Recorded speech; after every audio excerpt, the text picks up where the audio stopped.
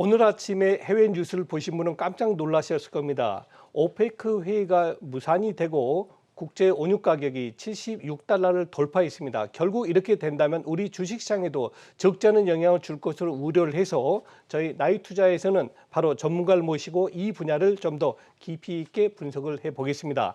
에너지경제연구원의 이달석 박사님 전화로 연결했습니다. 박사님 나와 계십니까? 네네, 이달석입니다. 네, 안녕하십니까. 제가 방금 말씀을 드렸습니다만 오늘 아침에 러시아 등 비오페크 회의죠. 여기서 회의가 결국 무산이 돼서 국제원유 가격 급등을 보였는데요. 이 취소 배경이 과연 뭡니까?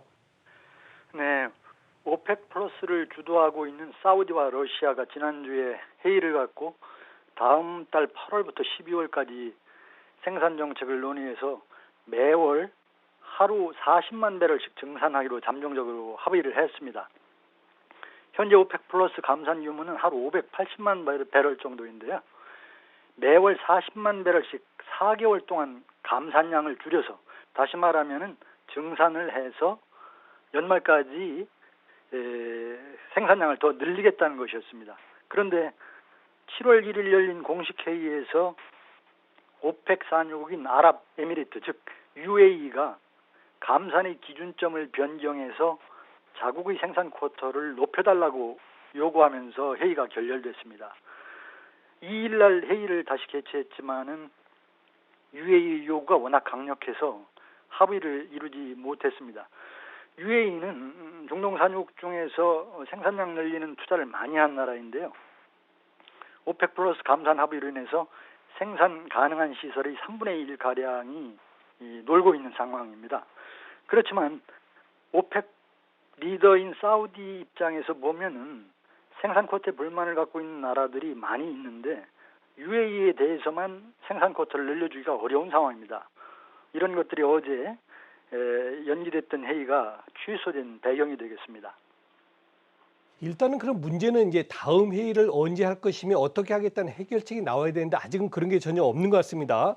그러면 정말 박사님 의견도 지금 일각에서 나오는 국제 원유 가격 80달러 넘고 100달러까지 갈 수 있다고 보십니까?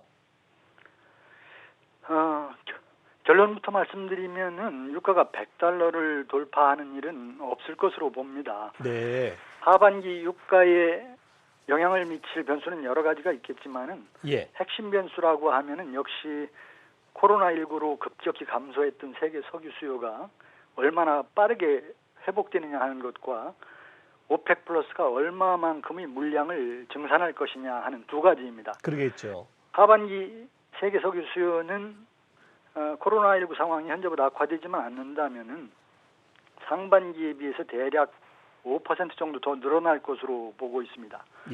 만일 사우디와 UAE가 어떤 형태로든 타협을 하고 오펙 플러스가 공급을 늘리면은 유가는 그런대로 안정될 것으로 예상됩니다. 문제는 합의가 이루어진 후에 오펙 플러스의 증산 물량의 규모입니다. 유가가 현 수준 70달러대에서 안정되려면은 대략 매월 50만 배럴 정도의 증산이 필요한 것으로 봅니다. 그보다 적은 물량이 증산이 되면은 유가가 강세를 보이기는 하겠지만 그렇다고 해서 유가가 급등하는 상황은 오지 않을 것으로 봅니다. 반대로 이번 UAE 사건을 계기로 해서 오펙 플러스의 결속력이 약화되고 또 오펙 플러스에 참여하고 있는 산유국들이 생산 합의를 잘 지키지 않는 경우에는 유가가 지금보다 오히려 더 낮아질 수도 있다고 봅니다. 물론 현재로서는 그런 시나리오보다는 오펙 플러스의 합의안이 나오고 8월부터 점차 생산을 늘려가면서 유가도 안정될 가능성이 더 높은 시나리오라고 보고 있습니다. 네, 정말 우려했던 것과는 달리 우리 박사님의 의견은, 물론 이건 개인 의견입니다. 의견은 100달러까지 가는 일은 쉽지 않을 것이다. 오히려 현재 어떤 합의점을 찾을 가능성이 높다는 그런 말씀이셨습니다. 지금까지 에너지경제연구원의 이달석 박사셨습니다. 박사님 감사합니다. 네, 감사합니다.